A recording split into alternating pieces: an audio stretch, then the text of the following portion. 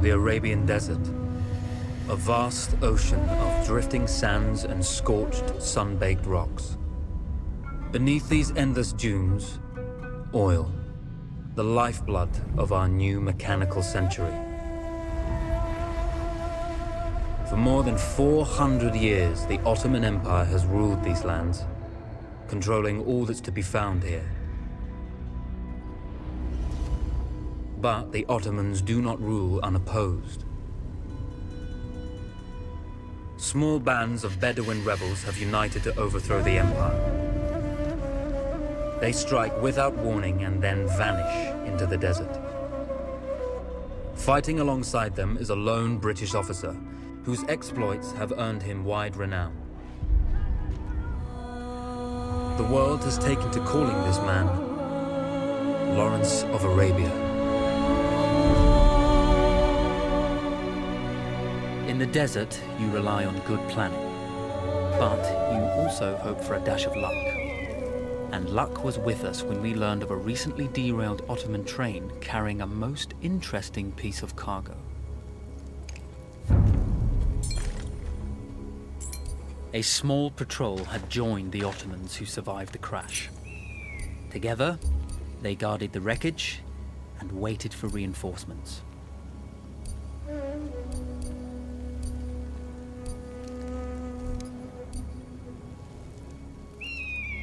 When your enemy has better weapons and better equipment than you, steal from your enemy. We strive to do what we think is right, and push through those who would stop us from achieving this, no matter the cost.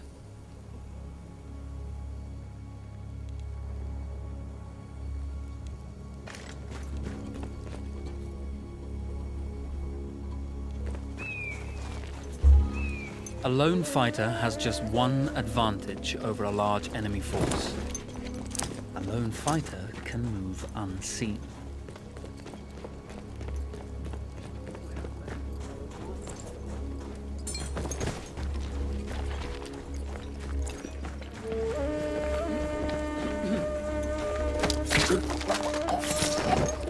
The tribesmen fought unconventionally, using weapons they knew well. Endurance, individual intelligence, and courage were their primary assets.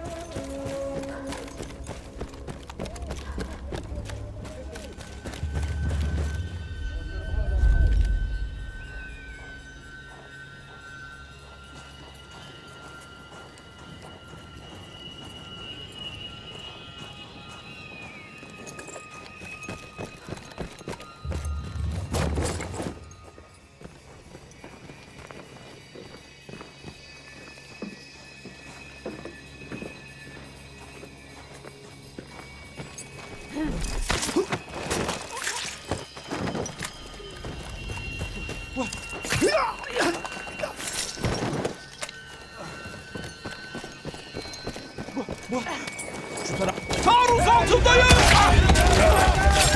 Vurun!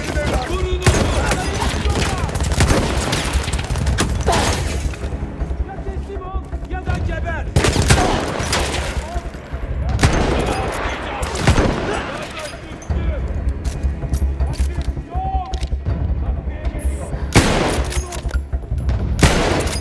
Hadi herif bu taraftan! Kardeşim! Yandan dolaş! Ateşe devam! Gebereceksin! Teslim ol kafir! Kafir! Deyyus'u geberdin! Geber Deyyus! Dursana kahpe çocuğu!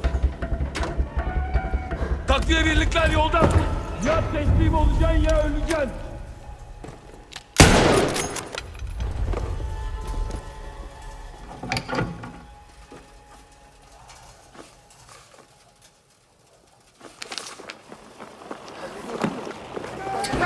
Vaziyetini bozma. Tamam! It's over!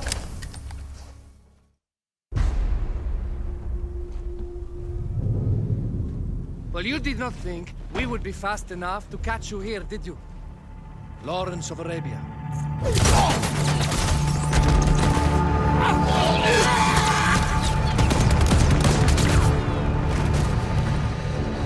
Actually, I was rather depending on it. Lawrence. Well, this is very clever. Now the hunter becomes the hunted. So who might you be? How enchanting you are, my dear. Ahmed. I'll show you enchanting. If it weren't for you, I'd be free. Free, is it? You'll be free when you're dead. And I'm happy to tell you, the Empire intends to grant you all this freedom very soon. Even now, an engine of destruction scours this desert, obliterating your allies, your families, your homes. Soon there will be nowhere to run. Nowhere to hide. Soon all that you know, and all that you love, will be ashes. You will all be free to die. Oh. Ah, you animal! Zara.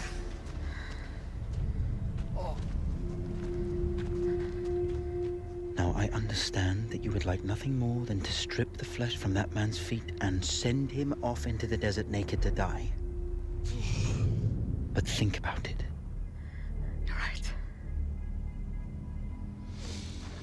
I'm sorry. My friend here, she can be a little brusque. You're going to tell me how to lie to your train, so we can lure it into a trap and destroy it. Impossible. To even begin to talk to that train, you would need an entire book of communication codes. Oh, like this one, you mean? You can never stop the progress of machines. One day, the whole world will take your lands and the precious black gold beneath its sands. We shall see, my friend.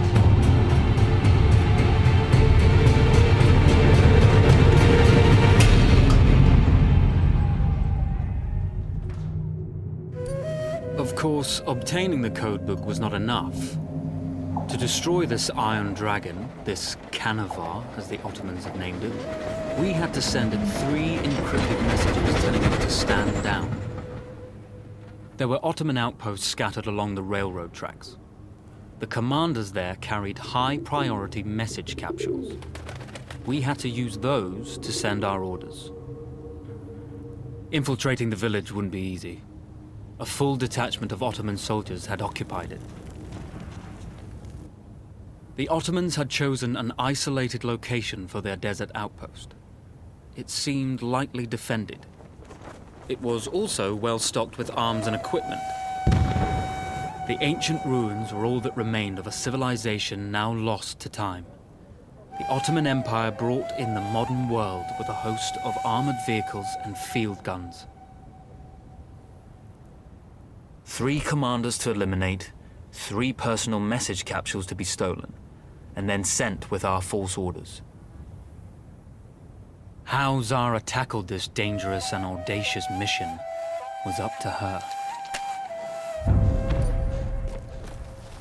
The Bedouin treasured their horses, and in return, those animals granted their riders unparalleled speed and mobility.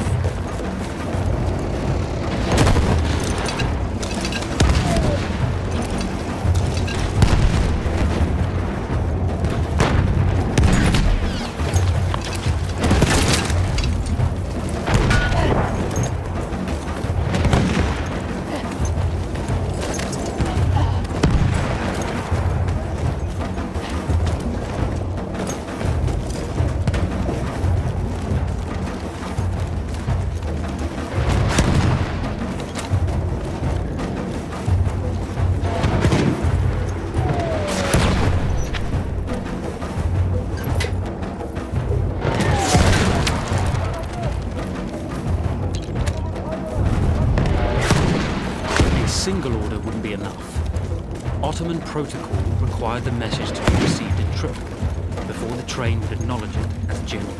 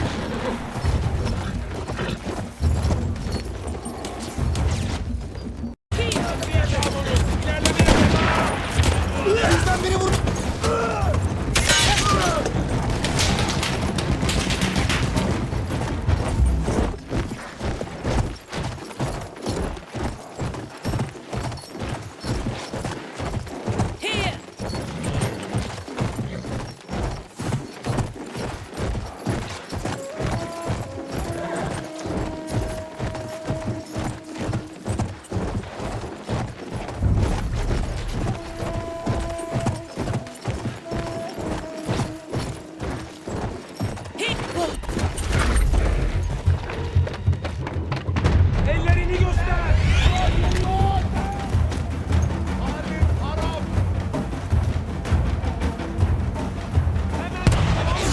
İşini çabuk bitireceğim.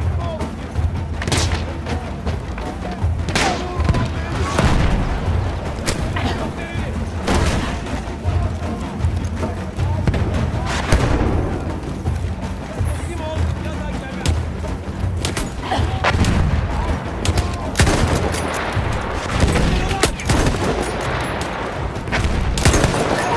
Öldürüldü.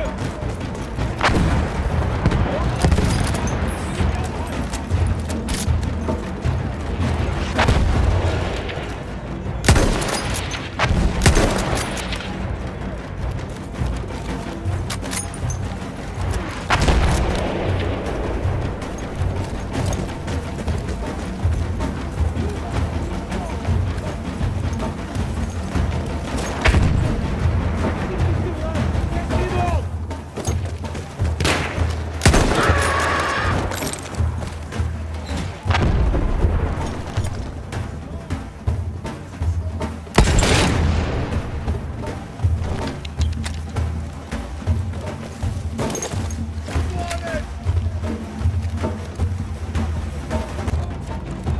Ulan ellerini kaldır.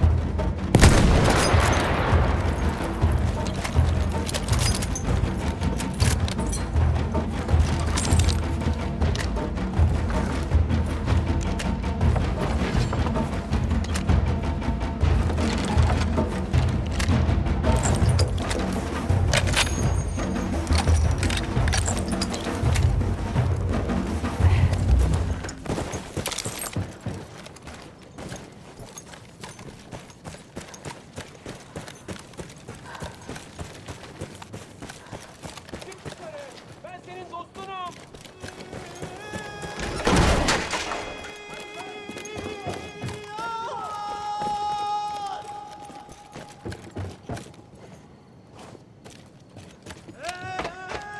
Teslim olursan söz işkence etmeyeceğim sana.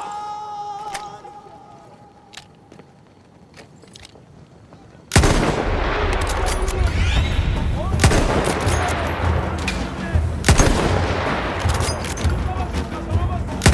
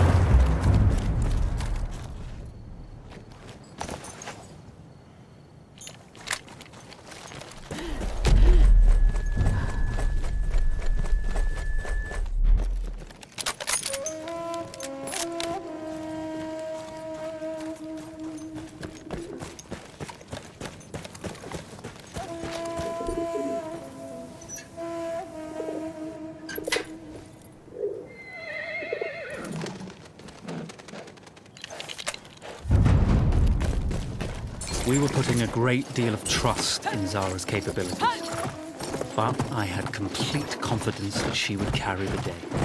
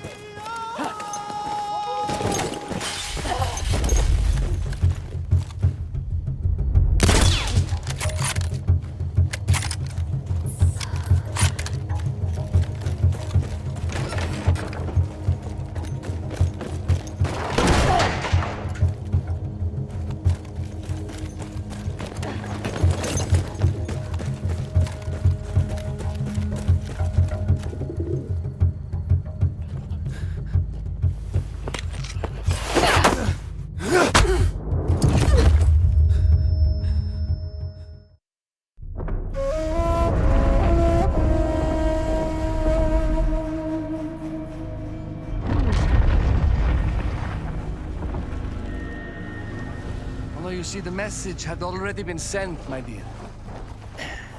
No, not the message you would have wanted. Lawrence was such a good host. It almost seemed rude to escape. I made sure to note the location of Lawrence's camp, of course. Which means... the train knows too. Twice, you told that train everything was clear. But... I told it exactly where to attack.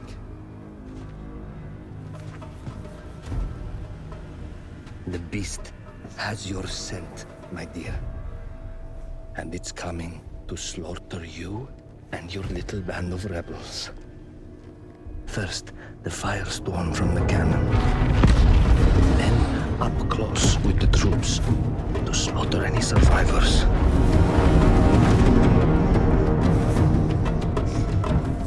The legend of Lawrence of Arabia dies tonight.